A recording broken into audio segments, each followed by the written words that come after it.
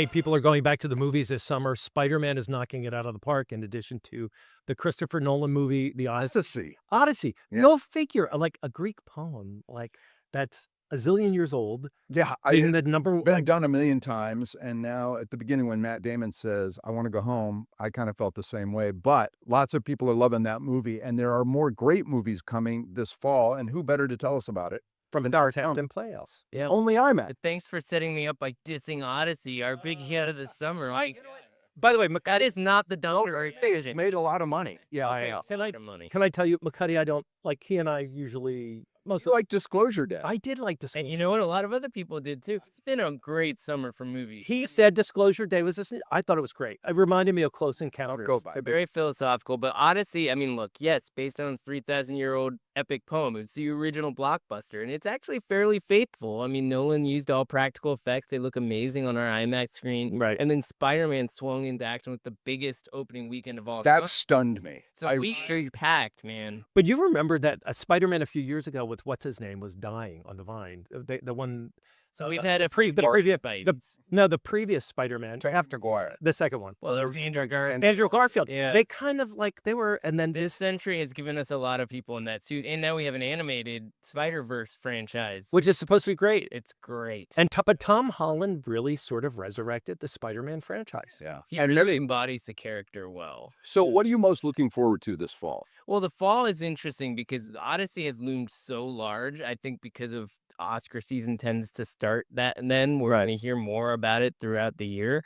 But there's a movie coming out that I think everyone's very curious to see called Digger, which is the first movie from Alejandro Gonzalez Iñárritu since Bardo. He obviously won the Oscar for Birdman, and then again for The Revenant, where Leo DiCaprio shot, beat up a bear or whatever. So this movie looks really wild. It's a satire with Tom Cruise, post Mission Impossible, trying to do something very different, playing this sort of oil baron in a Dr. Strangelove type of. Well, we should tell people he has tons of makeup on. Oh, Dr. Strangelove is the movie that this reminds me of just from looking at the trailer. But That's what they're he did this in Tropic Thunder, where he was almost unrecognizable. So he likes to do this. He played a sort of, a parody of a studio mogul there, but that was a supporting role. Here, he's going to have to carry the whole movie. And if you watch the trailer, it just looks nuts. So It looks crazy nuts, but it looks really entertaining, and it does remind me of Dr. Strangelove as well. There's another movie with John Malkovich that's coming out. I love anything he does, and then he's got a lot of great people behind him in this. Oh my gosh. I mean, so it's called Wild Horse 9. This is Martin McDonagh. He's a great playwright. He won an Oscar for 3 Billboards outside Ebbings, Missouri, and many others. Actually, he won an Oscar for his first short film, too. And his plays are just these really fun, kind of silly, dark comedies. And the new one is about these two American intelligence agents who are stuck on Easter Island in the 1970s, and all these kinds of weird things happen. Again, watch that trailer and you'll get a sense for it. It just looks like a really good time. And his sidekick is Sam Rockwell, who cannot make a bad movie. I like Sam Rockwell, and pretty much in everything You want a quirky little one? There's something where he goes to the moon and he's two people. What's that? Oh, Moon. it's called Moon. Yeah, okay. I like No clever name for that movie. They were up all night naming it, kind of like our show. Now, the one thing that Bill and I wanted to ask you about is Coyote versus Acme. Yeah. That's been like in limbo for Yeah, a long that time. movie was made by Warner Brothers based on a New Yorker short story about the Coyote from the Looney Tunes cartoons suing the Acme company. Right. And then Warner Brothers, as a big studio worried about its bottom line, was not quite sure what to do with that movie, so they got rid of it. A small company called Ketchup Entertainment, of all things, bought it and is putting it out at the end of August. So I'm excited to see it like everyone else. Did it play any of the festivals? It hasn't yet, but I have to No say, one's seen it, have But- they? Except David Zaslav, who just Didn't like want to put it on. our neighbor out here. Look, the movie looks like it's a lot of fun, and I'm a big fan of classic Looney Tunes. We show them before our kids' matinees, the ones from the Erie. So this seems like it's very much a love letter to that era, and so I'm stoked as much as anybody. And it's like Roger Rabbit. It mixes real actors with animation. And, And Will Forte's in it, right? Yeah, I know I like a lot. it looks cool. And that technology of mixing those two genres, Yeah. probably way better than it was during Jessica Rabbit, so I want to see it. I definitely want to see it. Here's another one I'm looking forward to, The Social Reckoning, which is sort of is it the sequel Sequel? to Sort of. Social Network? But now we've got the greatest actor on the planet, in my opinion, playing Mark Zuckerberg. Who's playing it in this one? He was Jeremy Strong. 3 and 2. Ask me again. No, who's playing? Jeremy Strong from Succession. And he's like one of these playing incredibly Zuckerberg? methody guys that gets way into it. And him getting way into Zuckerberg scares me. But have you Well, heard anything? here's the thing. This is a sequel to a story we've all been living through, right?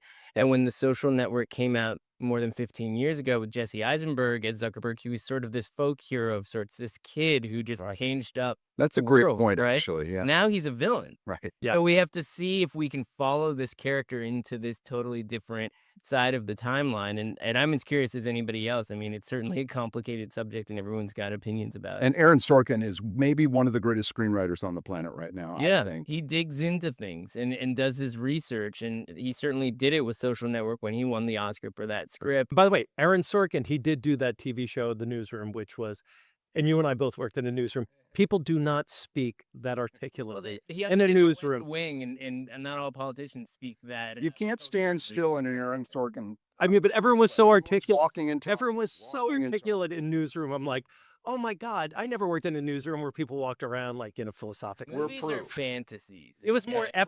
there were more F-bombs in newsrooms, and Yeah, that's what I remember. So one of my favorite movies ever that no one saw is called Sorcerer, and it's with William Friedkin. William Friedkin's follow-up to. He'd had a bunch of hits before it, Right. and this one kind of disappointed. And you've seen that movie and loved that. Yeah, of course. It's actually a remake of a Wages, French yeah. movie, The Wages of Fear. Right. So both of those movies have really endured. They're both equally But great. there's a movie fun. coming this fall that kind of reminds me of it. It's called The Wait with it's September 18th with Ethan Hawke in jail and Russell Crowe as the warden. And Ethan can get out of jail if he can smuggle all this gold across a dense forest. From what I understand, this movie played at some festivals, Sundance, Berlin. It was very well reviewed. It's a great jungle adventure story. Russell Crowe is turning into Orson Welles in that he's 'Cause of his like, size, in but these his character parts, not just the size. I didn't like Nuremberg, by the way. Yeah, and everyone said that was going to be an Oscar nod for him. Didn't happen. I don't know about the Oscar chances for this, although it's coming at the right time of the year. You honestly never know. It's all in the campaign. But his bad guy character roles, like this, reminds me of Touch of Evil. He's a warden in a prison, and he's obviously torturing this guy to let him out if he can do this one thing for him. That and Fatherland. And let me, Sandra Huller, am I saying her name correctly? She was just in. Project Hail Mary. She was just Project- yeah, she was just in Project Hail Mary. What was the one she did last year where she was accused of killing her husband, falling off Anatomy of a Fall. Anatomy of a Fall? Thank you. This is why you're here. God, Eric's here. I follow that woman on the screen. She's the new Meryl Streep, in my opinion. I mean, she was in this amazing German film, Tony Erdmann, a few years ago that more people should see. And I think that really woke up the international industry to her. And so it's no surprise she's in a million things now. So yeah, we're going to see more of her. I mean, like you said, Fatherland is a great movie where she plays a woman disguised as a man. Totally different from her character in Project Hail Mary. Right. It's completely different people. I know she's extremely talented.